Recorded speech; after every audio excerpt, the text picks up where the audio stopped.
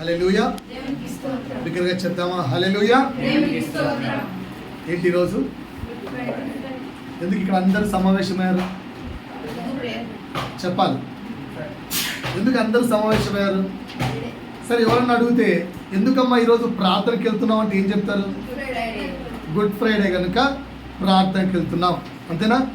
సరే, మరి good Friday అంటే సింగిల్ మాటలో చెప్పండి, ఏం చెప్తారు? క్రీస్తు సిలువలో మరణించిన రోజు, లేదా క్రీస్తు సిలువలో మరణించుట, అంతేనా? గుడ్ ఫ్రైడే సింగిల్ వర్డ్ ఏంటి? క్రీస్తు సిలువలో నా కొరకు మరణించాడు, అంతే కదా? That's why today is a good Friday. మాట్లాడుకుందామా కొంచెం? సో ఈరోజు నా అంశం ఏంటి అంటే, ఈరోజు నా టాపిక్ ఏంటంటే, క్రీస్తు యొక్క సిలువ మరణం నీకు అర్థమైందా? అది నా టాపిక్. బాగా ఆలోచించండి. క్రీస్తు యొక్క సిలువ మరణం నీకు అర్థమైందా? ఎంతమందికి అర్థమైంది?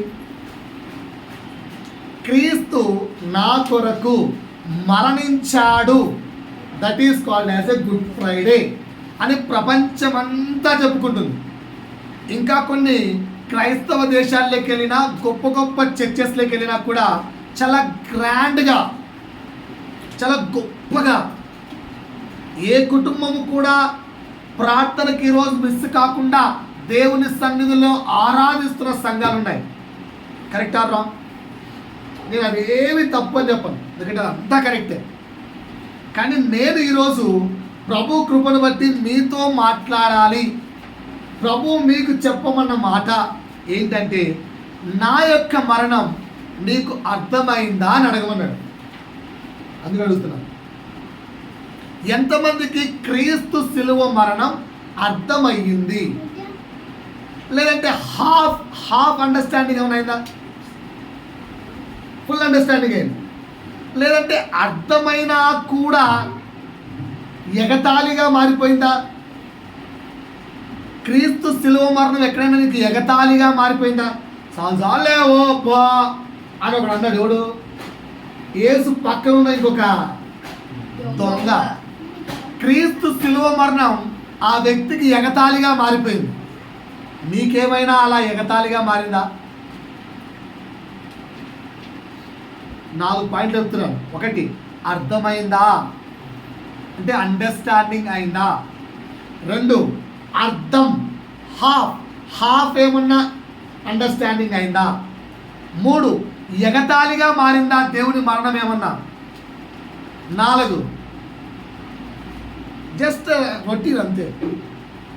ఇట్స్ టేక్ ఇట్ ఈజీ, అంతే. Take it easy. అలా టేక్ ఇట్ ఈజీగా తీసుకున్నావా? ఎలా తీసుకున్నావు? ఎన్ని ఏళ్ళ ముంచి, ఒకసారి నీ ఏజ్ జ్ఞాపకం చేసుకో. ఎన్ని ఏళ్ళ ముంచి నువ్వు క్రీస్తు మరణాన్ని, గుడ్ ఫ్రైడేని వింటూనే వచ్చావు. నేనైతే చెప్పుకున్నాను నా గురించి, చిన్ననాటి నుంచి వింటున్నాను. ఏం నేర్చుకున్నామంటే అదే నేర్చుకున్నాం.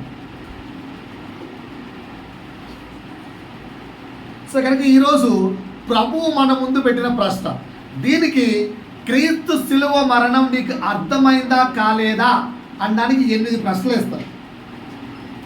8 ప్రశ్నల్లో నీ యొక్క ఆన్సర్, నీ సమాధానం ఎస్ అయి ఉంటే, అంటే 8 మార్క్స్ క్వశ్చన్ అనుకోండి. ఎన్నొస్తే పాస్? ఎన్నొస్తే పాస్ అనుకుంటున్నారు? అవుట్ ఆఫ్ 8 మినిమం 3 మార్క్స్ వస్తే పాస్. సరే, చిన్నపిల్లల ఆన్సర్ ప్రకారంగానే 3 మార్క్స్ వచ్చినా అర్థమైంది అనుకుందాం. అంతకంటే తక్కువ వస్తే చేద్దాం, నేర్చుకుందాం, ఆన్సర్ నేర్చుకుందాం. అంతకంటే ఎక్కువ వచ్చింది అనుకో, ఏం చేద్దాం?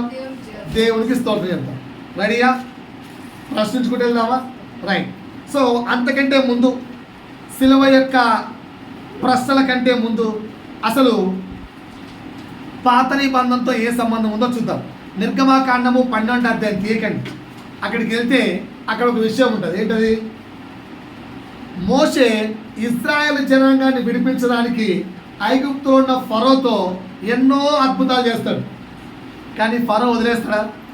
వదిలేడు. లాస్ట్కు ప్రభు అంటాడు అక్కడ ఉన్న తొలిచూలు బిడ్డలందరినీ హతము చేస్తున్నాను.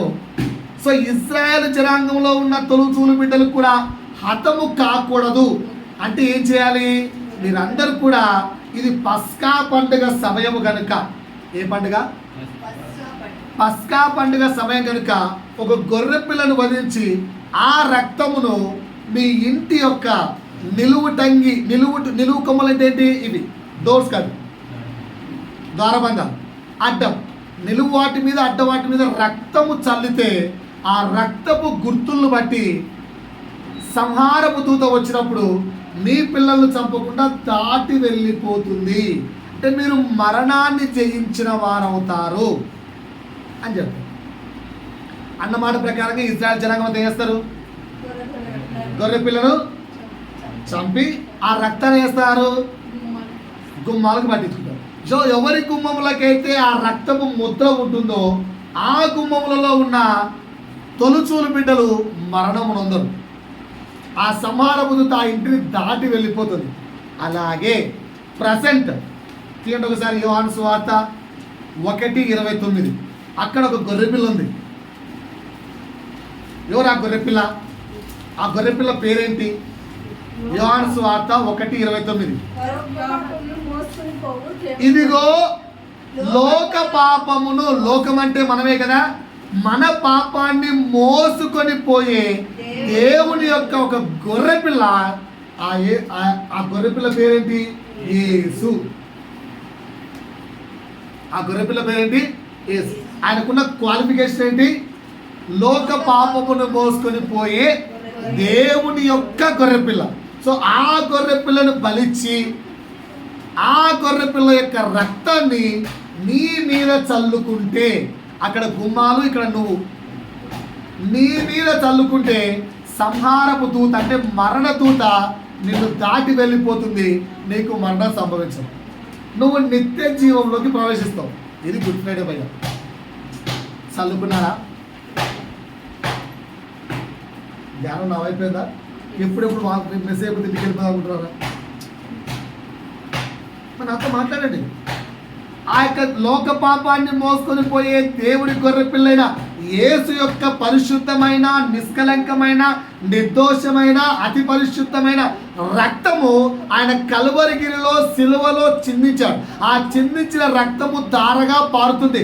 ఆ పారుతున్న రక్తములో నీవు మునిగావా? ఆ యొక్క ముద్ర నీ మీద చల్లబడిందా? అది చల్లబడితేనే నీవు మరణము నొందవు, లేదంటే నీవెవరు? మరణ పాత్రుడవు. సో ఇక్కడ నా ప్రశ్న ఏంటి, నా మాట ఏంటి అంటే, నీ మీద క్రీస్తు, యేసు క్రీస్తు యొక్క రక్తము చల్లబడిందా? నీ మీద కలువరిలో మరణించిన ఆ యేసు యొక్క రక్తము ప్రోక్షించబడిందా అని అడుగుతున్నాను. నీ ఆన్సర్ ఏంటి? రాసుకోండి. మొదటి ప్రశ్న, కలువరిలో రక్తము కాచిన యేసయ్య రక్తం నీ మీద ప్రోక్షించబడిందా? నీ ఆన్సర్ ఏంటి? ఎస్ అనుకుంటున్నావా, నో అనుకుంటున్నావా? నీ ఆన్సర్ ఏంటి? ఎస్సా, నోవా? కలువరిలో రక్తము చిందించాడు కదా యేసయ్య, ఆ రక్తము నీ మీద ప్రోక్షించబడిందా? నువ్వేమనుకుంటున్నావు? What is your answer? ఎలా చెప్పగలవు ఎస్ అని? అందుకే చెప్పమన్నా మేము ఆన్సర్. అన్నిటికీ ఎలా అనకూడదు, ఆన్సర్ చెప్తే వినాలంతే. తెలుసుకోవాలి కదా. ఎలా చెప్పగలవు? ఆ ఎలా చెప్పడానికి నేను ప్రశ్నలు వేస్తున్నాను. కలువరిలో ఆయన చిందించే రక్తము నా మీద ప్రోక్షించబడింది కనుక నాకు క్రీస్తు యొక్క శిలువ మరణం అర్థమైంది. ఐ అండర్స్టూడ్ అని చెప్పడానికి నేను ఇప్పుడు 8 ప్రశ్నలు వేస్తున్నాను. 8కి 8 మార్కులు వస్తే అండర్స్టూడ్, 3 వచ్చినా పాస్ అని అనుకుంటున్నారు. Okay, right. అట్లాగే చూద్దాం. వేసుకుందామా ప్రశ్నలు? రెడీయా? క్రీస్తు యొక్క శిలువ మరణం నీకు అర్థమైందా? మొదటి ప్రశ్న, రోమిలకు రాసిన పత్రిక. ఫస్ట్ రెఫరెన్స్ చెప్తాను, తర్వాత పాయింట్ చెప్తాను, తర్వాత క్వశ్చన్ చెప్తాను. రెఫరెన్స్, ఆ రెఫరెన్స్ నుంచి క్రీస్తు యొక్క శిలువ మరణం మీకు నేర్పించేదేంటి, దాని నుంచి ఒక ప్రశ్న. నేర్చుకున్నావా నేర్చుకోలేదా అంతే. ఓకేనా? రోమిలకు రాసిన పత్రిక 3వ అధ్యాయము 9 నుండి 11 వరకు.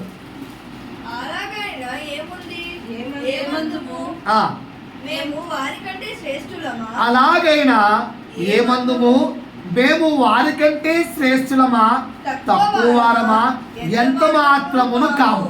క్వశ్చన్ అక్కడే పౌలేశాడు, ఆన్సర్ కూడా ఇచ్చాడు.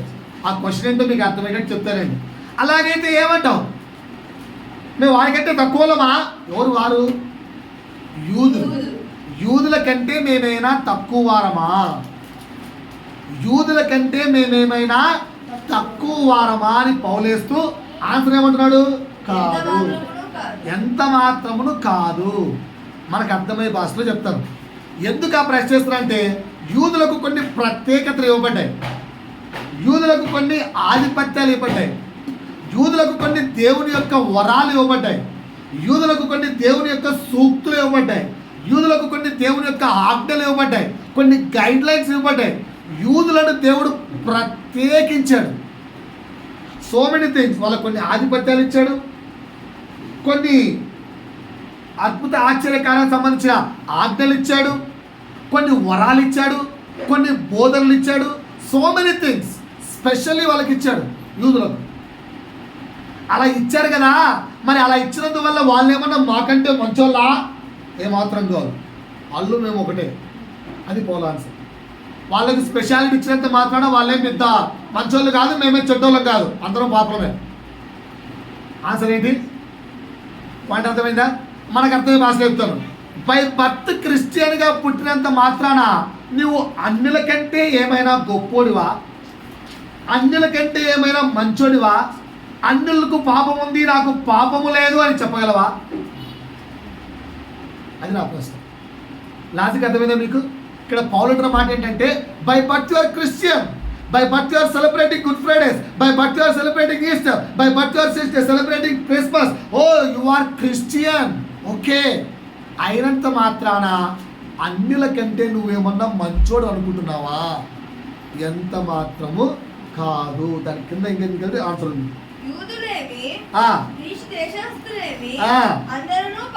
అందరూ పాపము చేసి లోనై ఉన్నారు, నీతిమంతుడు ఎవరును లేరు. సో నువ్వు బై బర్త్ క్రిస్టియన్ గా పుట్టితే నువ్వు నీతిమంతుడు కాదు నాయన. బై బర్త్ నువ్వు యూదుడిగా పుట్టినంత మాత్రం నువ్వు నీతిమంతుడు కాదు. ఐఎమ్ ఏ క్రిస్టియన్, నా కొరకు పరలోక రాజ్యంలో ప్లేస్ రెడీగా ఏం ఉండదు. సారీ, అలాంటి ఆశలు పెట్టుకోకండి, అలాంటి మూఢనమ్మకాలు కూడా పెట్టుకోకండి, ఏమి ఉండవు. నువ్వు క్రిస్టియన్ ఫ్యామిలీలో పుట్టినంత మాత్రాన గేట్లు తీయండి, దైవ సేవకులు గారు ఇచ్చేశారు అన్నది మాత్రం డోర్లు తీయరు ఇక్కడ పరలోక రాజ్యం. నీకు కూడా సేమ్ జడ్జిమెంటే. ఇంకా ఎక్కువ మాటతో మీకంటే మాకు డబుల్ జడ్జిమెంట్. సేవకులు డోర్లు ఏం ఓపెన్ చేయరు. బై బర్త్ క్రిస్టియన్ అంత మాత్రం నీకే స్పెషల్ ఫ్యాకల్టీ ఏం లేదు అక్కడ, స్పెషల్ ప్యాకేజీలు ఏం లేవు. సారీ, అందరూ పాపం చేశారు, అందరూ పాపము చేశారు. Yes or no, will accept that? ఒప్పుకుంటావా? రోమిలకు రాసిన పత్రిక 1వ అధ్యాయం 18. ఒక్క నిమిషం, 3:23 ఫస్ట్. ఏ భేదమును లేదు, అందరూ పాపం చేసి ఏం చేశారు? దేవుడు అనుగ్రహించు మహిమను పోగొట్టుకున్నాం. దేవుడు అనుగ్రహించి దేన్ని పోగొట్టుకున్నాం? మహిమను. అర్థమైందా మీకు? దీనికి ఆన్సర్ రోమా 1:18. దుర్నీతి చేత సత్యమును అడ్డగించు మనుషుల యొక్క సమస్త భక్తిహీనత మీద ఏమొచ్చేసింది? మనం పాపం చేయడం వల్ల ఏమొచ్చింది మన మీదకి? దేవుని కోపం వచ్చేసింది, దేవుని యొక్క కోపం. ఇప్పుడు యేసుతో శత్రుత్వం పెట్టుకొని గెలవగలను అనే వచ్చేది. దేవునితో ఫైట్ చేసి గెలవగలను. ఓకేనా? బైబిల్లో యాకోబుకి అలాంటి కథలు చెప్పకండి, అది బైబిల్ ఆ ఫైట్కి కాదు. దేవుడు నాకు శత్రువు అంటే ఏం చేస్తున్నావు చూద్దాంబా అని చూద్దాం, అంత సీన్ లేదు. దేవుడిని శత్రువుగా కలిగి ఎవరైనా జీవించగలరా? నాట్ పాసిబుల్ కదా. కానీ ఇప్పుడు మనం పాపులము అని ప్రూవ్ అయింది. ఆ పాప మీద ఏముంది? దేవుని యొక్క ఉగ్రత ఉంది అని అర్థమైంది. అర్థమైందా? సో క్రీస్తు శిలువ మరణం, క్రీస్తు యొక్క శిలువ మరణం మనకు చేసిన ఫస్ట్ ఫేవర్ ఏంటో తెలుసా? మనల్ని పాపరహితులుగా చేసింది. అంటే దేవుని కోపం నుంచి మనల్ని తప్పించింది. రాసుకో, క్రీస్తు శిలువ మరణం మనకేమిచ్చింది తెలుసా? క్రీస్తు శిలువ మరణం మనకేమిచ్చింది? దేవుని కోపం నుంచి తప్పించింది. ఈ పాయింట్ అర్థమైతే ఎంత ప్రేమరా దేవుడు నీకు అర్థమవుతుంది. ఎక్కడుంది ఆ మాట? ఎఫెసీయులకు రాసిన పత్రిక 1వ అధ్యాయము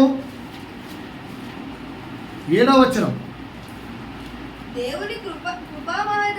దేవుని కృపా మహదైశ్వర్యమును బట్టి ఆ ప్రియుని యందు ఆయన కలువరిగిరిలో చిందించిన ఆ రక్తము వలన మనకు విమోచనము అనగా మన పాపములకును అపరాధములకును క్షమాపణ కలిగింది. అంటే మనం ఏమైపోయాం? ఇప్పుడు పాపరహితులుగా మారిపోయాం. పూర్వం ఎవరం? పాపులం. బై బర్త్ క్రిస్టియన్, పాపులే. ఎప్పుడైతే క్రీస్తు యొక్క శిలువ రక్తం నీ మీద ప్రోక్షించబడుతుందో నువ్వెవరు? పాపరహితులు. క్రీస్తు కలవరిలో వచ్చిన రక్తం నీ మీద ఎప్పుడైతే పారుతుందో దెన్ యు ఆర్ పాపము లేని వాడవు, నీతిమంతుడవు. కనుక దేవుని కోపము నుండి నువ్వు తప్పించబడ్డావు. సో క్రీస్తు యొక్క శిలువ మరణం చేసిన ఫస్ట్ వర్క్ ఏంటి? క్రీస్తు యొక్క శిలువ మరణం చేసిన పని ఏంటి? నిన్ను పాపరహితుడిగా చేసింది. ఆర్ దేవుని కోపం నుంచి నిన్ను తప్పించి. మాట అర్థమైందా? గట్టిగా దేవునికి హల్లెలూయా చెప్పండి. హల్లెలూయా, హల్లెలూయా. దేవుడు పక్కన తండ్రి చెప్పండి, దేవుని కోపం నుండి నన్ను క్రీస్తు యొక్క శిలువ రక్తము రక్షించింది. దేవుని యొక్క కోపం నుండి క్రీస్తు శిలువ త్యాగం నన్ను కాపాడింది. పాయింట్ అర్థమైందా? ఇప్పుడు ఫస్ట్ పాయింట్ అర్థమైతే దీని నుంచి ఒక ప్రశ్న. ఫస్ట్ పాయింట్ నుంచి ఒక ప్రశ్న ఏంటంటే, ప్రస్తుతము నీవు పాపివా నీతిమంతుడవా? ప్రజెంట్ నువ్వు పాపివా నీతిమంతుడవా? ఆన్సర్ రాసుకోండి. ప్రజెంట్ నువ్వు పాపివా నీతిమంతుడవా? మరలా బాగా వినండి. ముందెవరు నువ్వు? పాపివి. పాపం వల్ల నీకేమొచ్చింది? దేవుని ఉగ్రత నీ మీదకి వచ్చింది. ఆ దేవుని ఉగ్రతలో నువ్వు నశించిపోకుండా ఎవరు కాపాడారు? ఆ దేవుని యొక్క ప్రియ కుమారుడే కలువరిలో తన ప్రాణం పెట్టి నిన్ను రక్షించాడు, నిన్ను పాపరహితుడిగా మార్చాడు. పాయింట్ అర్థమైంది కదా? సో క్రీస్తు యొక్క శిలువ మరణం నీకు చేసిన అద్భుతం ఇది, నీకు చేసిన అడ్వాంటేజ్ ఇది, నీకు దేవుడు చేసిన లాభం ఇది. లాభం అర్థమైంది. కానీ దాని నుంచి ఒక ప్రశ్నించుకుందాం. Still you are a sinner or righteous person. ఇప్పుడు నీవు పాపివా నీతిమంతుడువా? నువ్వు ప్రశ్నించుకుని ఆన్సర్ ఏం రాసుకున్నాను? ఆన్సర్ నీతిమంతుడు అని రాసుకుంటే మాత్రం ఒక మార్క్ వచ్చినట్టు. లేదన్నా ఇంకా కొంచెం నాకు ఎక్కడో డౌట్ ఉంది అంటే మార్క్ రానట్టు. ఓకేనా? ఫస్ట్ మార్క్ వచ్చినట్టే కదా అందరికీ? ఒక మార్క్ వచ్చినట్టే కదా? 2 మార్కులకు వెళ్దామా? సరే, నీ ఇష్టం. ఇక్కడ ఇంకొంచెం నీట్గా తీసుకెళ్తాను ముందు. రెండవది మత్తయి సువార్త 26వ అధ్యాయం. నాతో పాటు యాక్టివ్గా ఉండాలి, ఫాస్ట్గా ఉండాలి. మత్తయి సువార్త 26వ అధ్యాయం 39. కొంత దూరము వెళ్ళి సాగిలపడి, నా తండ్రి, సాధ్యమైతే ఈ గిన్నె నా యొద్ద నుండి తొలగిపోనిమ్ము. ఏంటట? సాధ్యమైతే ఈ గిన్నె నా యొద్ద నుండి తొలగిపోనిమ్ము. ఎవరి ప్రార్థన చేసింది? ఎవరి ప్రార్థన చేసింది? కుమారుడైన యేసు తండ్రి అయిన దేవునితో ఈ విధంగా ప్రార్థిస్తున్నాడు. తండ్రి, నువ్వు నాకు ఎలాంటి మరణ శాసనం రాశావో నాకు అర్థమైపోయింది, ఎలాంటి డెత్ డిక్లేర్ చేసావో నాకు అర్థమైపోయింది, ఎలాంటి డెత్ డిక్లేర్ చేసావో నాకు అర్థమైంది. నాకు చిన్న ప్రశ్న వచ్చింది. జనులంతా కూడా ఈయన సిలువ వేయుడి, సిలువ వేయుడి, సిలువ వేయుడి అని అరిచారు కదా. నేను ప్రశ్నించుకున్నాను, ఎందుకు సిలువ వేయాలి? మంచిగా హ్యాంగింగ్ చేస్తే పోదు. తప్పు చేసిన వాళ్ళు ఏం చేయాలి? చంపేయాలి, మరణశిక్ష చేయాలి. హ్యాంగింగ్ చేస్తే అయిపోతుంది కదా. ఈ సిలువ మరణాన్ని ఎందుకు ఎన్నుకున్నారు అంటే వాళ్ళకు దేవుడి మీద లోపల ఎంత అసహ్యత, ఎంత కోపం, ఎంత ఆవేశం ఉందో అర్థమైందా? సిలువ మరణాన్ని ఎందుకు ఎన్నుకున్నారు తెలుసా? చెప్పండి. అన్నిటికంటే భయంకరమైన మరణం సిలువ మరణం. హ్యాంగింగ్ చేసామనుకో మ్యాక్సిమం టు మ్యాక్సిమం 1 నిమిషం లేదా 2 నిమిషాలు. ఇక్కడ ఇది నొక్కకపోతే ఊపిరి అడక చచ్చిపోతుంది. 2 minutes. మరీ లక్ బాగుండి కొంచెం కట్ సెట్ కాబట్టి 5 minutes అంతే. 5 నిమిషాలు చచ్చిపోతాడు. అదే సిలువ మరణం వేసామనుకో మనిషి చావడు, హ్యాపీగా 3-4 days బతకచ్చు, హ్యాపీగా బతికేయచ్చు. కానీ నొప్పి 3-4 days అనుభవించాలి. వీళ్ళకి యేసు మీద ఎంత కోపం అంటే అంత రాక్షసమైన మరణాన్ని యేసుకి వాడు ఆశించారు. ముందేమో ఎన్ని దెబ్బలు కొట్టారు? 39 కొరడా దెబ్బలే, 40 కొట్టరు. ఎందుకు? 45 కొట్టారనుకో పనిష్మెంట్ అయిపోయినట్టు. 39 కొరడా దెబ్బలు, అది కూడా ఎలా ఉన్నాయి? ఒక్కొక్క కొరడాలు ఎముకలు పెట్టి వాటిని అల్లారట. ఆ ఎముకలతో ఉన్న కొరడాతో కొడితే ఆ చర్మంతో సైలా చీల్చేస్తుంది అట్లా. యేసు యొక్క చర్మాన్ని ఇట్లా చీల్చుదట. అది ఇప్పుడు ఎలా ఎత్తారో తెలుసు దాన్ని? ఉదాహరణగా భూమిని నాగంతో దున్నితే ఎలా లేస్తాయి పిల్లలు, అలా యేసు శరీరం మాంసం లేచేదట. అలా 39 దెబ్బలు కొట్టారు. 45 కొట్టరు, ఎందుకు? కొడితే పనిష్మెంట్ అయిపోయినట్టు. 39 కొడితే పనిష్మెంట్ అయిపోలే, మరలా 40 కొట్టచ్చు. వన్స్ అగైన్ నేను స్కూల్లో పిల్లలకి అదే పనిష్మెంట్ ఇస్తా, రే 10 కొట్టుకొని రాని సార్, మీరు కౌంట్ చేయండి సార్ అంట. 1 2 3 4 5 6 7 8 9 అని చెప్పి రే డిస్టర్బ్ చేయకండి. అదేంటి సార్ అంటే మళ్ళీ ఫస్ట్ స్టార్ట్ చేయాలి, ఎందుకంటే 10 కంప్లీట్ కాలేదు, మళ్ళీ ఫస్ట్ స్టార్ట్ చేయాలి. అట్లా 3 సార్లు కొట్టారు. ఓకేనా? అంత వేదనకరమైన అయినా చావు రాదు. కావాలంటే మీరు చూసుకొని కోసుకొని చూద్దాం, చావచ్చుదేమో, చచ్చిపోతురా, కోసుకొని చచ్చిపోతారేమో, చావు రాదు. నొప్పి మాత్రమే ఉంటుంది, అది కూడా భయంకరమైన నొప్పి. అందులో మళ్ళీ చెమట పడింది అనుకో ఇంకా భయంకరమైన నొప్పి. ఇకపోతే రెండోది ఏంటి తెలుసా? తలకు ముళ్ళ కిరీటం. ఇక్కడ ఒకసారి ఇంజక్షన్ పెట్టుకోండి. నేను ఇక్కడ నీళ్ళు పెట్టుకోవడానికి ఎంత భయపడ్డానో పోయిన సంవత్సరం.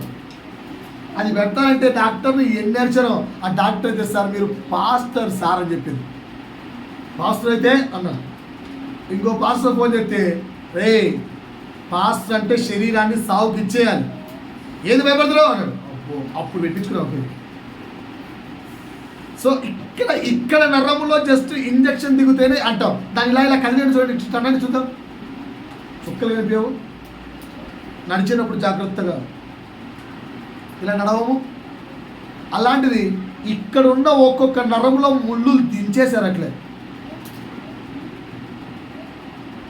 వేసుకు ఒక్కొక్క ముళ్ళు ఈ సైజు పని ఉండేదట, తుమ్మ ముళ్ళు.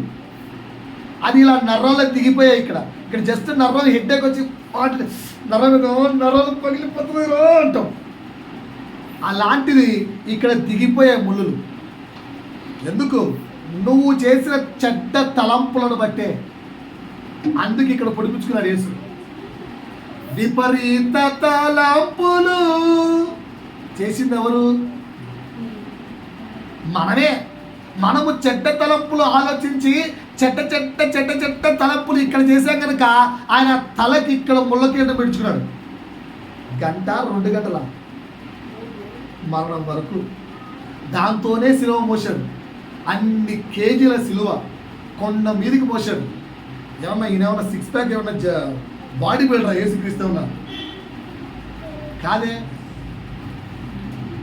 అంత శ్రమ అయినా మరణం వస్తా అంటే రాదు. చెక్ చేసుకోండి. ఇవేవి పెయిన్, నొప్పి, అంతేగాని మరణం రాదు. ఆ తర్వాత ఇలా మేకులు దించారు. ఈ సైజు మేకులు అప్రాక్సిమేట్లీ 15 సెంటీమీటర్స్ అంటే 6 inches, 6.5 to 7 inches. చేతిలోంచి ముళ్ళు మేకు అటుపక్క దిగిపోయింది, చచ్చిపోతారా? మేకు దిగినంత మాత్రం చావరండి, అబ్బే అస్సలు ఛాన్స్. ఇవేవి కూడా మరణాన్ని ఇవ్వవు, కానీ నొప్పి అన్బేరబుల్ నొప్పినిస్తాయి. నువ్వు నేను చేసే చెడు ఆలోచనలు, చెడు తలంపులు, చెడు కార్యాలు, చెడు నడతలు, చెడు క్రియలు యేసుకు కూడా అంత నొప్పినిస్తాయి. సింపుల్గా చేస్తాం కదా పాపం. అందుకే బైబిల్ రాబోతుంది, మరలా ఒక్కసారి యేసేను సిలువకేసేదవా అని. నీకు అర్థమైందా సిలువ మనం వెళ్తున్నా? అంత నొప్పి ఉంటుంది కనుకనే శరీరానుసారంగా యేసు కూడా ఒక మనిషే కనుక తండ్రి వద్దకు వెళ్ళి, తండ్రి ఇంత నొప్పి నేను భరించాలా ఇప్పుడు? ఏంటి ప్రభు తండ్రి, ఏది ఛాన్స్ లేదా? ఏది ఆప్షన్ లేదా? డైరెక్ట్ హ్యాంగ్ చేసేయచ్చు కదా. No option. ఎందుకు? డైరెక్ట్ హ్యాంగ్ చేస్తే ఎట్లా? నువ్వు చేసిన పాపాలు ఇక్కడ ఉన్నాయిగా. నీ ఆలోచన అనే పాపం ఇక్కడ ముళ్ళు పొడిపించుకున్నాడు. నువ్వు చేతులతో చేసిన క్రియలు ఇక్కడ మేకులు కొట్టించుకున్నాడు. నువ్వు కాళ్ళతో చేసిన పాపము పరుగు అక్కడ మేకు కొట్టించుకున్నాడు. కడుపు తీపి కోసం నువ్వు చేసిన బాధ పాపం ఇక్కడ పొడిపించుకున్నాడు. ఇప్పుడు ఇంకా పాపాలు చేస్తా అంటే ఇంకా పొడిపించుకుంటున్నాడు. You want to give still pain to God. అర్థమైందా నీకు క్రీస్తు మరణం? అర్థమైతే పాపం చేస్తామా? ఇంకా పెయిన్ ఇద్దామా? ఇంకా పొడుద్దామా? ఏదో గుడ్ ఫ్రైడే రోజు దిగిందట ఎస్ అయ్యో అని బాధపడ్డమే కానీ ఎంత వేసినారన. నిజంగా పెయిన్ ఉంటే, నిజంగా నువ్వు యేసు మరణాన్ని అనుభవిస్తే, యేసు మరణాన్ని నువ్వు కనులారా చూసిన అనుభవంలోకి వెళ్తే, ఆ శిలువ మరణపు అనుభవంలోకి నువ్వు వెళ్తే మరలా యేసుకు పాపము చేసి నొప్పినిస్తావా? ఇమాజిన్ ఎంత పాపం అంటే, యేసు కొరకు పూర్తిగా దేవుని కొరకు, తండ్రి కొరకు పూర్తిగా తన్ను తాను సమర్పించుకున్న యేసయ్యే ఒకానొక సమయంలో, తండ్రి సాధ్యమైతే ఈ గిన్నె నా ఇద్దరు నుంచి తొలగించవా అంటే ఎంత పెయిన్ఫుల్ ఆఫ్ డెత్తో శిలువ మరణం ఆలోచించండి ఒకసారి. ఇమాజిన్ చేసుకోండి.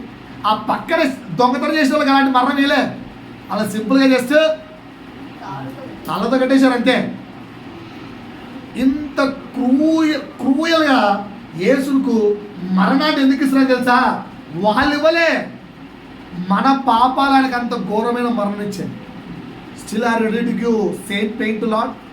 ఇంకా పాపాలు చేస్తూ అదే మరణం ఇద్దామా? ఇక్కడ మీకు నేను నేర్పిస్తున్న పాయింట్ ఏంటో తెలుసా? అప్పటికి యేసేమన్నాడు, బాగా ఆ లైన్ ఎండింగ్ వరకు, అయినను యేసయ్యా సరే తండ్రి ఏదో పొరపాటున సాధ్యమైతే ఈ గిన్నె తొలగి అంటున్నాడు, కానీ అయినా వద్దు. సర్వలోకం ఎంత పాపం చేస్తుందో ఆ పాపం మొత్తానికి నేను పనిష్మెంట్ తీసుకోవాలి. You decided.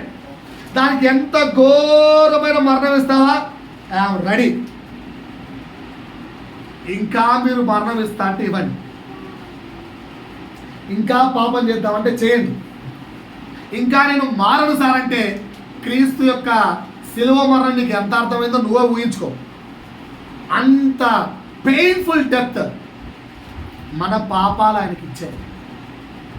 బట్ ఏం చేశాడు? కంప్లీట్గా సరెండర్ అయిపోయాడు. తండ్రికి కంప్లీట్గా ఏమైపోయాడు? సరెండర్ అయిపోయాడు. కనుక ఇక్కడ రెండో పాయింట్ మీకు అర్థమైందా? ఏంటో రెండో పాయింట్? క్రీస్తు యొక్క శిలువ మరణం ద్వారా ఆయన మనకు నేర్పిస్తున్న పాఠం ఏంటంటే కంప్లీట్ సరెండరింగ్ టు గాడ్. క్రీస్తు యొక్క శిలువ మరణం ద్వారా మనకు నేర్పిస్తున్న రెండో పాఠం ఏంటి? Completely surrendering to lord. ఎంతమంది? ఇప్పుడు ప్రశ్న, అంశం అర్థమైందా నాయన? అంశం అర్థమైందా? ఏంటి రెండో అంశం? కంప్లీట్లీ దేవునికి సరెండర్ కావాలి. కాన్సెప్ట్ అర్థమైందా? ఇక్కడ నుంచి ప్రశ్న, are you completely surrender to Lord? నిన్ను నువ్వు పూర్తిగా దేవునికి అప్పగించుకున్నావా? ఆన్సర్ ఏంటి? రాసుకోండి. పక్క వ్యక్తి అడగండి, are you completely surrender to Lord అని. ఏం చెప్తున్నారు answer? Are you completely surrendered to Lord? ఏం చెప్తున్నారు ఆన్సర్? ఎస్ అంటే ఒక మార్కు, నో అంటే సరే మార్క్ వేసుకోండి. ఎస్ నోనో ఏదో ఒక మార్క్ వేసుకోండి. 0 వేసుకుంటారా 1 వేసుకుంటారా మీ ఇష్టం. ఎస్ అంటేనేమో ఒక మార్కు, నో అంటేనేమో నో మార్క్స్. మూడో పాయింట్ నేర్పిస్తున్నాను. అసలు గట్టిగా హల్లెలూయా చెప్తాం అందరం. హల్లెలూయా చెప్పండి. హల్లెలూయా గట్టిగా 2 చేతులు పైకి చెప్పండి. హల్లెలూయా హల్లెలూయా. మూడో పాయింట్ నేర్పిస్తున్నాను. ఓకేనా? ఇప్పుడు మనందరి మధ్యలో పెద్ద తోపు ఒకడు ఉన్నాడు అనుకోండి. మన ధైర్యం ఎవరు? ఆ తోపే. కరెక్టే కదా? ఆడున్నంతసేపు ఇలా నడవము, ఆ అన్నే కొట్టారు అనుకోండి, ఇలా ఉన్న బాడీ ఇలా అయిపోదు. ఎక్కడ జరిగింది బైబిల్? అది గొలియాత్. ఇలా ఉన్న గొలియాత్ చూసి అందరూ భయపడ్డారు. ఈ దావీదు ఇంత ఉన్నాడు, ఇలా గొలియాత్ వేసేసాడు, అందరూ ఇలా అయిపోయారు. Correct or wrong? రైట్. మన బలం ఎవరు? ఏసా. సరే, పాయింట్ అయితే ముందేనండి. తర్వాత క్వశ్చన్ వేద్దాం. మత్తయి సువార్త 26:56 చదవండి మంచిగా. కొంచెం రెఫరెన్స్లు ఎక్కువ ఉన్నాయి, ఫాస్ట్ ప్రవక్తల యొక్క లేఖనములు నెరవేరునట్లు ఇదంతయు జరిగనని చెప్పెను. అప్పుడు శిష్యులందరూ ఏమైపోయింది? ఎవరు? ఇప్పుడు నేను ఇదంతా దేవుడు నాకు ఇచ్చిన సంఘం, వీళ్ళందరూ నా వెనకాల బలం అని చెప్పి ఏరేవాడు వచ్చి లాగి 2 పీకెళ్ళు కనుక ఎవరని నేను ప్రేరణ ఉంటుంది. లాగి పెడితే మీరు అందరూ మాయమైపోతారా ఉంటారా? ఇదే జబ్ కరెక్టే కదా? ఓకేనా? నా వెనక 50 మంది అని చెప్పి ఏది అంటారు, లాగి 2 పీకెళ్ళు అనుకో, 50 మంది పరారయ్యారనుకో, నా పరిస్థితి ఏంటి? సార్ అట్లా కాదు సార్, ఏంటి సార్ అంటారా? పాయింట్ అర్థమైందా? యేసు పక్కన వరకు పట్టుకోవడానికి వస్తే పేతురు చేశాడు, లాగి కత్తి కాసుకనేశాడు. ఆ మల్కొనే ఓకేనా సైనికుడు యొక్క చెవు నరికాడు. అంత ధైర్యం ఎక్కడి పేతురుకు? పక్కన యేసున్నాడని. ఆ యేసు ఉన్నాడు, ఏ పేతురు you should not do that అన్న. తండ్రి నేను ఆల్రెడీ డిసైడ్ చేశాడు. ఓకేనా? ఇట్ ఈస్ గాడ్ ప్లాన్ అంటేనే నువ్వు సరిపోవడం ప్లానింగ్గా అయితే నువ్వే దొరికిపోయే వాళ్ళ చెప్ అందరూ మాయం పారిపోయారు లేదా? సో క్రీస్తు మరణం వాళ్ళకి ఏం పుట్టించింది? ధైర్యమా భయాన్న? క్రీస్తు మరణం శిష్యులకు ఏం పుట్టించింది? భయాన్న. ఇంకో లేఖనం చదవండి. యోహాను సువార్త 20:19. ఒకటి పారిపోయారు అంటే భయపడ్డారు, కరెక్టే కదా? 2 యోహాను సువార్త 20:19. ఆదివారం సాయంకాలమున మళ్ళా ఏంది? మళ్ళా భయపడే. ఎందుకు? యూదులు వేసారు, లీడర్ని వేసేసారు. లీడర్ ఎవరు? ఏసునే వేసేసారు. ఆ దెబ్బకు భయపడి వేసారట. డోర్లు వేసుకొని లోపల బిక్కు అని కూర్చున్నారు. అమ్మ బాబాయ్ భయపడ్డారు లేదా? క్రీస్తు మరణం శిష్యులకు భయాన్ని కలిగించిందా? మీరు అలా ఫీల్ అవుతున్నారా? రైట్. యోహాను సువార్త 21:3.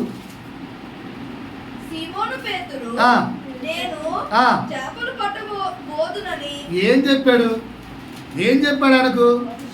నానా బాబు సీయోను, తండ్రి నేను పాపిని, నన్ను విడిచి వెళ్ళు అంటే ఇక నుంచి నువ్వు మనుషులను పట్టు జాలరులుగా చేస్తానని చెప్తే, అప్పటి వరకు మనుషులు పట్టు జాలరుగా ఉండి యేసు చనిపోతానే చంపు జలాన్ని అన్ని మానేసుకొని a go back to our old field అన్నాడు. మళ్ళా చేపలు ఊతికి వెళ్ళిపోయాడు. మీలో ఎంతమంది దెబ్బ తగిలితే తిరిగి పాత స్వభావానికి వెళ్ళిపోతున్నారు? కానీ ఒకసారి నా చూడండి, అందరూ ప్రేయర్ చేశారు, 4 రోజులు ప్రేయర్ చేశారు, జరగలేదు. ఓల్డ్ మళ్ళా తిరిగి పాత స్వభావానికి వెళ్ళిపోరా? ఉద్యోగం కోసం ప్రేయర్ చేశారు, మీ పక్కనోడికి వచ్చింది, నీకు రాలేదు. తిరిగి మళ్ళీ ఓల్డ్ వెళ్ళరా? బాగా గమనించండి. ఏదైనా జరగకపోతే పాత స్వభావానికి వెళ్ళిపోయాం.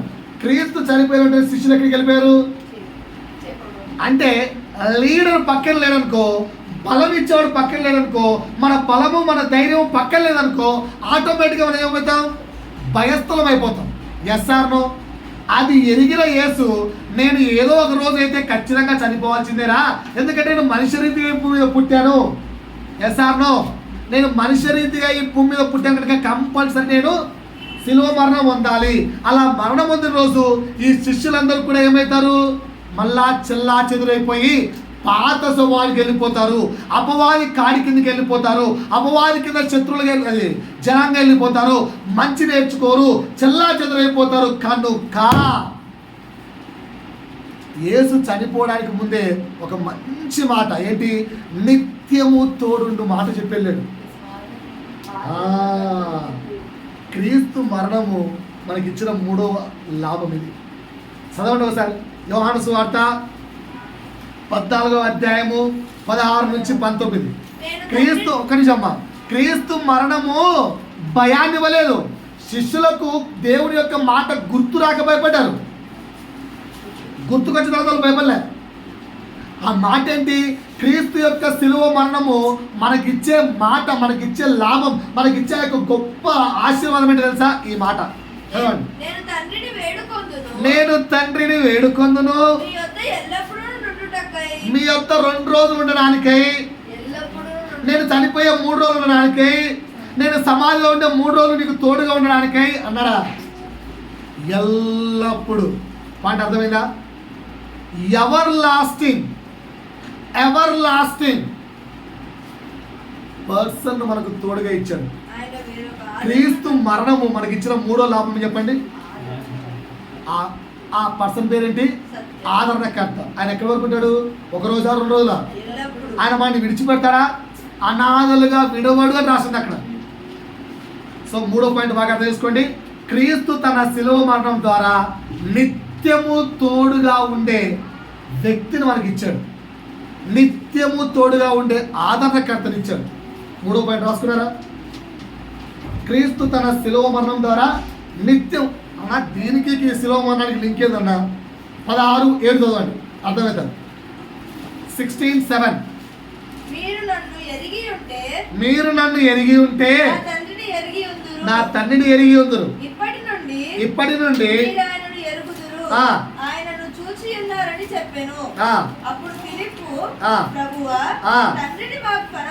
అమ్మ యోహాను సువార్త 16:7 అమ్మా.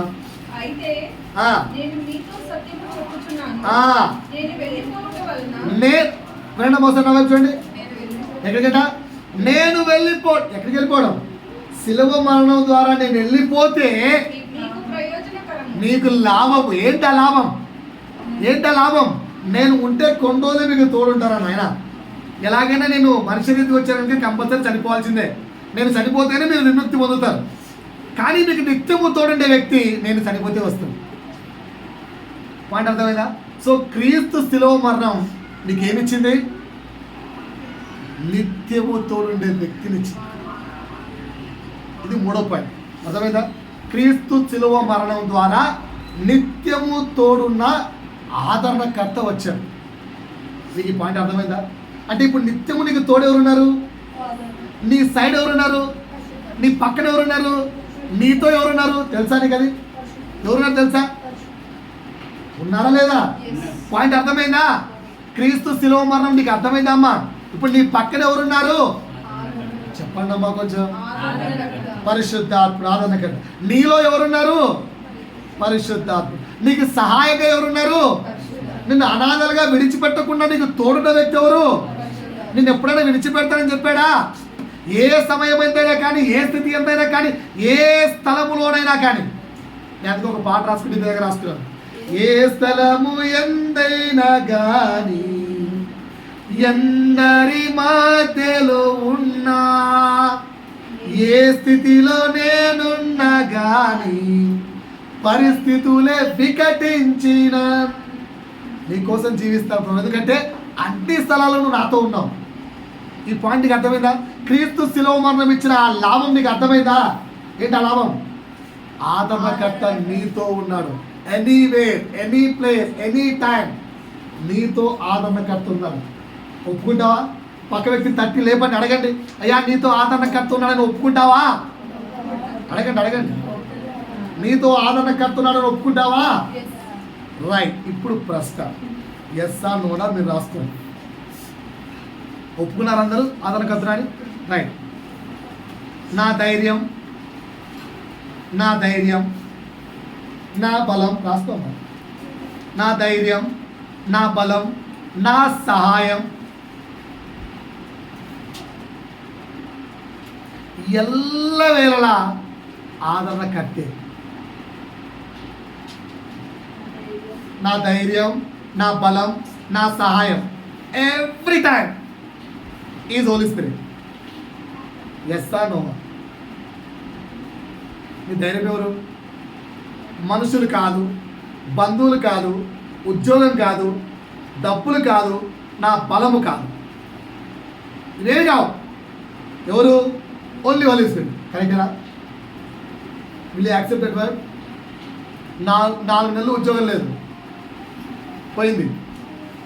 Can you believe Holy Spirit? Answer రాసుకోండి, మీ ఇష్టం. బట్ నన్ను చూసి ఆన్సర్ రాసుకోకండి భయ్యా, నిజమైన ఆన్సర్ రాసుకోండి. That indicates question is simple. Every time I will depend on only God, I will never depend on anyone. ఎంతమంది ఉన్నారు అట్లా? క్రీస్తు శిలువ మరణం నీకు అర్థమైతే నీకు సహాయకుడు 24/7 నీతోనే ఉన్నాడు. when your helper is always with you, you should never depend on anyone. Are you living like that? ఎవరి మీద ఆధారపడకుండా నువ్వు జీవిస్తున్నావా? Are you living only by depending on Holy Spirit? ఏ మనుషుని సహాయమును, ఏ మనుషుని యొక్క ఆదరణ, ఏ మనుషుని యొక్క సహాయము, ఏ మనుషుని యొక్క మాట సహాయము ఏం తీసుకోకుండా I will depend on Holy Spirit. బతుకుతున్నారా? బ్రతుకుతూ ఉంటే ఆన్సర్ ఎస్ రాసుకోండి, 1 మార్క్ వచ్చిన. లేదు కొంచెం కష్టం వస్తే ఈ పాస్టర్కు ఆ పాస్టర్కు సలహా అడుగుతారు, నో రాసుకోండి.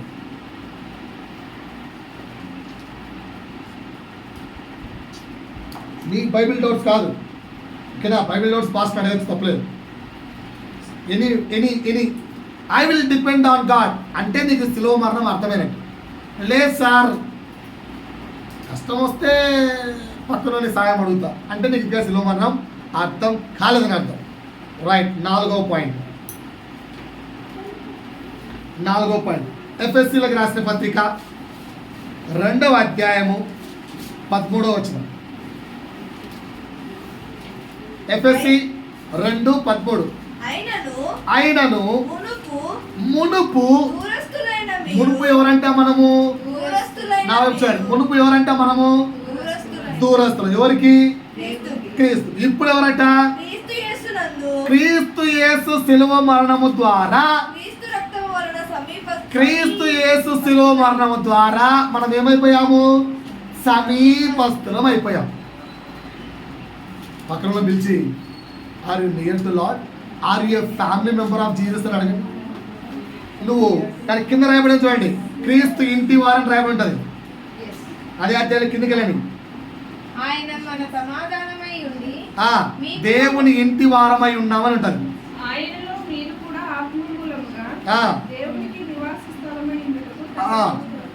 రైట్, అర్థమైందా మీకు? కాబట్టి ఇక మీద మీరు పరజనులను పరదేశులను కాక పరిశుద్ధులతో ఏకపట్నస్తులను దేవుని ఇంటి వారమై ఉన్నాం.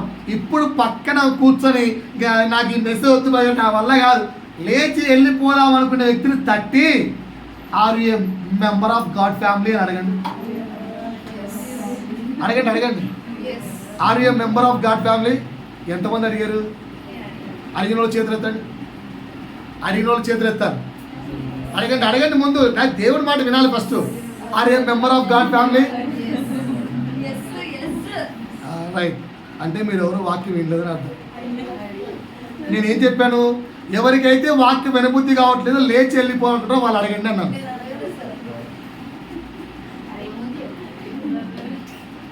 అంటే ఇప్పుడు మీకు వాక్యం వినబుద్ధి కావట్లేదు, అందుకు అడిగారు అనమాట. అది ఏమో మాకు అర్థం కాలేదా, అడగండి అడగండి అని ఒకటి అర్థమైంది, అడిగేసాం కదా. రైట్. సో మనం ఎవరంట? దేవుని. రైట్. ముందు దూరస్తులం కదా, ఇప్పుడు సమీపస్తులు అయిపోయాం కదా. ఓకేనా? దూరస్తులు అంటే అర్థం ఏంటి, సమీపస్తులు అంటే అర్థం ఏంటి? సింపుల్ లాజిక్ చెప్తాను, మీకు అర్థమయ్యేది చెప్తాను. క్రిస్టియన్. ఓకేనా? I am a Christian. ఎంతమంది ఒప్పుకుంటారు? ఐ ఆమ్ ఏ క్రిస్టియన్ ఎంతమంది ఒప్పుకుంటారు? క్రైస్తవత్వము ఒక మతము అనుకుంటే వాడు ఇప్పటికీ దూరస్తులే. క్రిస్టియానిటీ ఇస్ ఎ రిలీజియన్ అని ఫాలో అయ్యేవాడు ఇప్పటికీ కూడా క్రీస్తుకు దూరంగానే ఉన్నాడు. Are you following Christianity? ఓకేనా? క్రిస్టియానిటీ అంటే క్రీస్తుని వెంబడించేవారు క్రిస్టియన్స్. ఓకేనా? కొత్త కొత్త ఆశలు ఇవ్వకండి. Are you a Christian? క్రైస్తవ మతస్థులేనా మీరు? క్రైస్తవ మతస్థులేనా? క్రీస్తును వెంబడించుట, Christianity is a way to the heaven, Christianity is a way to the heaven అని క్రీస్తును వెంబడించేవారు సమీపస్తులు. క్రిస్టియానిటీ ఈజ్ ఎ మతం, రిలీజియన్ అనుకొని భావిస్తూ నాకు ఇప్పటికీ అర్థం కాదు. నేను ఎప్పటికీ అడుగుతుంటాను, నాకు నిజంగా క్రిస్టియానిటీ తిట్టే హిందూ కానీ ముస్లిం కానీ ఎవరు కనిపించినా నా ప్రశ్న ఇదే. ఏంటి ఆ ప్రశ్న అంటే, అంటే మతం మారుస్తారు, మతం మారుస్తారు, యూట్యూబ్ మొత్తం మారిపోకపోతుంది. మారడానికి వాళ్ళు ఏమన్నా పిల్లలా? అసలు క్రిస్టియానిటీ నాటే మతం అంటుంటే మతం మార్చారు, మతం మారిపోయింది, ఉత్తరాంధ్రలో బిల్లు వచ్చిందట, మత మార్పిడి మార్చకూడదన్న చట్టం చేశారు. మన సౌత్ రోడ్ వస్తుంది కొన్నాళ్ళ తర్వాత. అంటే అర్థమైంది తెలుసా? బాప్తిస్మము తీసుకోకూడదు. Pastor does not have any right to give baptism. అది ఆ రూల్, ఆ రూల్లో ఉన్న వర్డ్. మనమేమో బాప్తిజాలకు ఆలస్యం చేస్తుంటాం. కొన్నాళ్ళు పోతే బాప్తిజాలు ఇచ్చే ఛాన్సే, రైట్సే లేవు, ఆపేస్తున్నారు. దొంగ తీసుకోవాలి, దొరికితే చంపేడే. అలాంటి రోజులు రాబోతున్నాయి. బట్ నా ప్రశ్న ఏంటంటే, అసలు క్రైస్తవత్వం మతమే కాదు కదా. Jesus never said it is a religion, it's the way. నేనే మార్గము, నేనే సత్యము, నేనే జీవం అన్నాడు. సో క్రీస్తును మార్గముగా భావించడం క్రీస్తు శిలువ మరణం యొక్క అర్థం. సో 4వ పాయింట్ రాసుకోండి. క్రీస్తు తన శిలువ మరణం ద్వారా మనల్ని ఏం చేశాడు? దూరస్తులను సమీపస్తులుగా చేశాడు. దూరస్తులను సమీపస్తులు చేశాడు. ఇప్పటికీ నువ్వు ఏదో మతంలాగా పాటించావనుకో, సండే అంటే చర్చి, కొత్త డ్రెస్సులు వేసుకోవాలి, ఇది మా పండగ, ఇది మా ఆచారం, ఇది మా అని మతంలాగా పాటించావనుకో, స్టిల్ యు ఆర్ దగ్గర దూరమా దగ్గర. ఇక్కడ నా ప్రశ్న ఏంటంటే, క్రీస్తు నీకు మతమా మార్గమా? క్రీస్తు నీకు మతమా మార్గమా? సింపుల్గా మార్గం అని చెప్పకండి. నువ్వు ఆ మార్గంలో ఉంటే మార్గం అని చెప్పండి. లేదు నువ్వు మతంలాగా పాటిస్తుంటే నో. మార్గం అంటే అర్థమంటే తెలుసా? క్రీస్తును వెంబడించే శిష్యుడిగా నువ్వు మారి ఉండాలి. శిష్యుడిగాను శిష్యురాలుగాను మారావా? క్రీస్తుని వెంబడించిన శిష్యుడిగాను శిష్యురాలుగాను మారారా? మారితే మార్గం. ఇంకా నువ్వు మారలేదంటే still you are feeling Christianity is a religion. ఏది ఆన్సర్? ఏది ఆన్సర్? మార్గమా రిలీజియన్? Trying right. ట్రయింగ్ అంటే హాఫ్ మార్క్ వేసుకోండి. ట్రయింగ్ అంటే half mark, no full marks. ఓకేనా? 5 హాఫ్ మార్క్ వచ్చిందా? రౌండ్ ఫిగర్ వేస్తా. Right, super. ఓకేనా? లాస్ట్లో వేద్దాం రౌండ్ ఫిగర్. ఓకేనా? 5 అపోస్తుల కార్యములు 4వ అధ్యాయము 10-12. మీరందరూ ఇశ్రాయేలు ప్రజలందరూ తెలుసుకోవలసినదేమనగా, మీరు సిలువ వేసినట్టు మృతులలో నుండి దేవుని లేపినట్టు ఆ. నజరేయుడైన యేసుక్రీస్తు నామముననే ఉమ్. వీడు స్వస్థత పొంది మీ ఎదుట నిలుచుచున్నాడు. రైట్. ఇల్లు కట్టువారైన ఆ. మీరు తృణీకరించిన రాయి ఆయనే. ఆ. ఆ రాయి మూలకు తలరాయి ఆయను. ఆ. మరి ఎవని వలనను రక్షణ కలుగదు. ఆ. ఈ నామమునే ఎవరి వల్ల రక్షణ కలుగుతుందట? ఈ ఈ నామమున మాత్రమే రక్షణ కలుగును. కానీ ఏ నామమున రక్షణ కలగదు. సో ఆ మాట చెప్తానే వాళ్ళు ఏమన్నారు? నోరు మూసుకొని ఆపేరు. ఆపేస్తావా? ఆపేవా? లేదంటే నేను కూడా ఆపేస్తాను. పేరు ఏమన్నాడు? ఎంత మాత్రం కనిన సంగతులు విన సంగతులు చెప్పకుండా నేను భయపడమంటావా? అంటే క్రీస్తు శిలువ మరణం వ్యక్తులకు పోరాటాన్ని నేర్పించింది. రాసుకోండి 5. క్రీస్తు తన శిలువ మరణం ద్వారా పోరాటం నేర్పించాడు. ఏం నేర్పించాడు? పోరాటం. దేంతో పోరాడాలి? జైల్లోకి పంపించారు పేతురు. ఎన్నికి వచ్చాడా? తగ్గాడా? జైల్లో వేస్తే తగ్గిపోయాడా? మరణాన్ని రుచి చూపించారు, తగ్గిపోయాడా? పౌరులు అయితే పిచ్చ కొట్లు కొట్టారు, తగ్గాడా? ఆయన శ్రమలు చూస్తే వర్ణనాతీతం. అన్ని శ్రమలు పెడితే పౌలు నాకు ఈ శ్రమలు వద్దు బాబు, ఏసే వద్దు అన్నాడా? క్రీస్తు శిలువ మరణం శిష్యులకు ఏం నేర్పించింది? పోరాటం. ప్రజెంట్ మనం కూడా నేర్చుకోవాల్సింది ఈ పోరాటమే. అందుకే చెప్తున్నాను, రాబోయే దినాల్లో చాలా క్లిష్ట పరిస్థితి ఉంది. ఆల్రెడీ చెప్పాను కదా, ఉత్తర ఇండియాలో అంటే నార్త్ ఇండియాలో బిల్లు ఆల్రెడీ పాస్ అయిపోయింది, మత మార్పిడి బిల్. సో ఎవరు కూడా మతాన్ని మార్చడానికి రైట్ లేదు.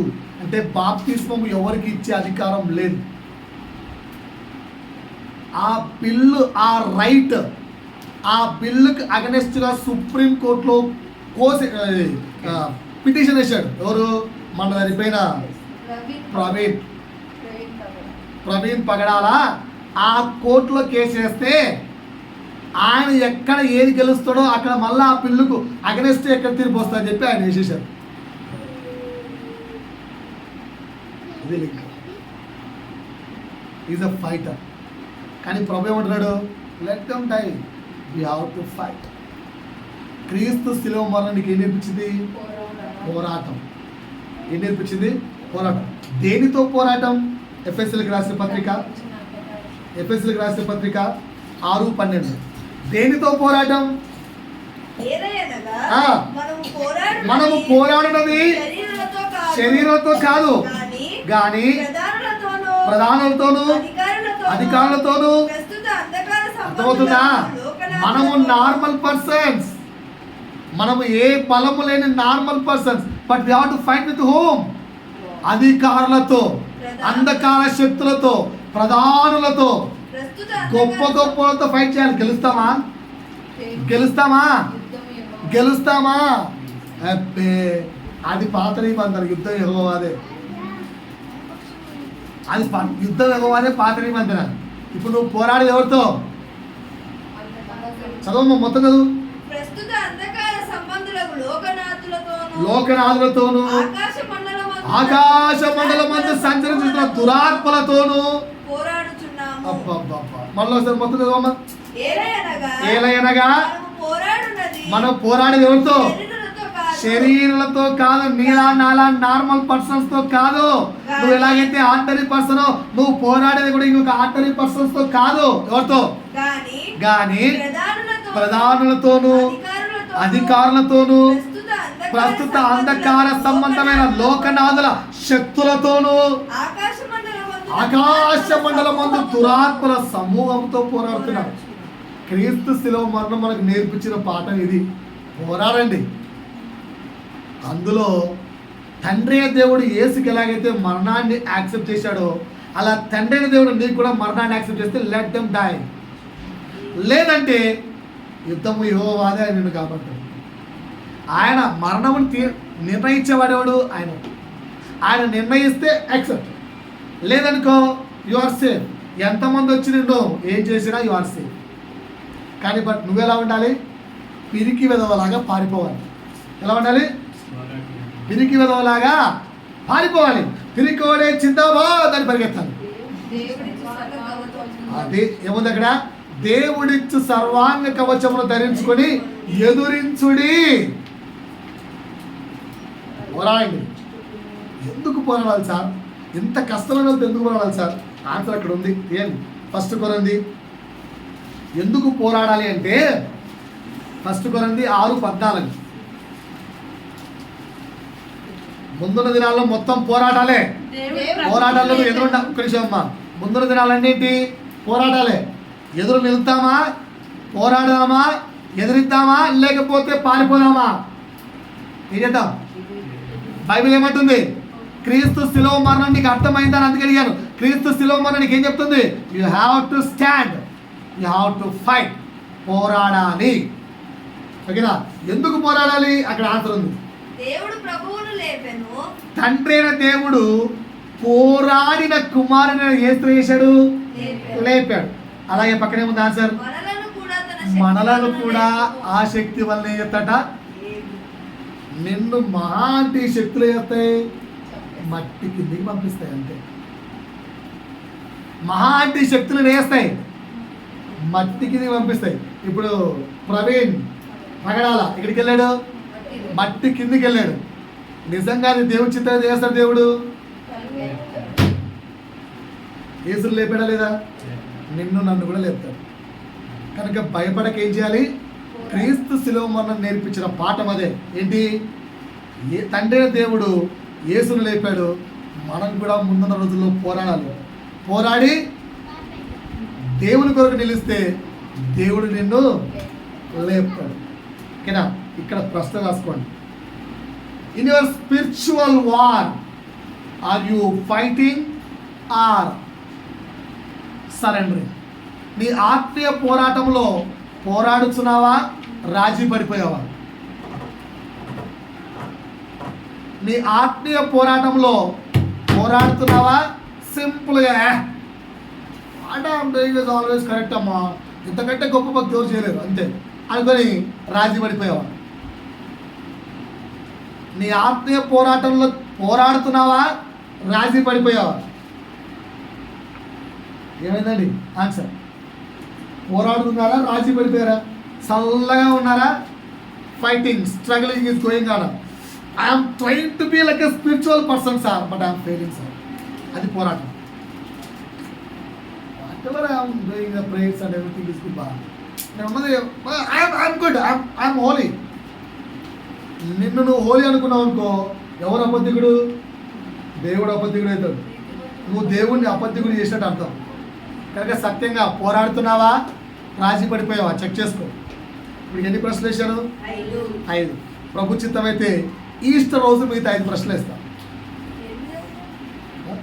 8 5 మొత్తం, ఇంకో 3 ఇంకో 5. ఇప్పుడు 5 వేశారు కదా, మార్కులు ఎన్ని వచ్చాయి? హాఫ్ మార్క్ వచ్చిందంట. రైట్. ఓకేనా? ఇంకా మిగతా 3 కానీ 5 కానీ ఈస్టర్ రోజు వీటితో లింక్ చేస్తూ వేస్తాను. ఓకేనా? ప్రభు ఈ మాటల ద్వారా మహిమ పొందుకొని కాక. మరొకసారి 5 ప్రశ్నలు రిపీట్ చేస్తున్నాను, ధ్యానంగా వినండి. మొదటి ప్రశ్న, ప్రెసెంట్ నువ్వు పాపివా, నీతిమంతుడివా? రెండో ప్రశ్న, నీ ఎడల తండ్రికున్న చిత్తము నెరవేర్చడానికి are you completely surrendered to lord? మూడో ప్రశ్న, నీ ధైర్యం, నీ బలం, నీ సహాయం ఎల్లవేళలా ఆదంబ కత్తేనా, లేక ఇంకే దాని మీదైనా ఆధారపడుతున్నావా? నాలుగో ప్రశ్న, క్రీస్తును మతంగా భావిస్తున్నావా, మార్గంగా భావించి అందులో నడుస్తున్నావా? 5, ఆత్మీయ పోరాటం పోరాడుతున్నావా, రాజీ పడి అపవాదితో జీవిస్తున్నావా? 5 ప్రశ్నల్లో నీకు మార్కులు 5 వచ్చింటే నీకు క్రీస్తు యొక్క శిలువ మరణం, గుడ్ ఫ్రైడే అర్థమైనట్టు. రాలేదు అంటే ఏళ్ళ తరబడి వింటున్నాం కానీ ఇంకా శిలువ మరణం అర్థం కాలేదు. క్రిస్మస్, గుడ్ ఫ్రైడే అంటే 7 మాటలు. సరే కొంచెం ఉందామని ఆపేలేదు. గుడ్ ఫ్రైడే ఎంతమందికి పిల్ల పుట్టి తెలుసు? సరే 7 మాటలు ఎంతమందికి వచ్చు? ఇప్పుడు చెప్తారు 7 మాట్లాడితే 7 మాటలు వరుసగా. Anybody can say? చెప్పు, మళ్ళీ చెప్పు.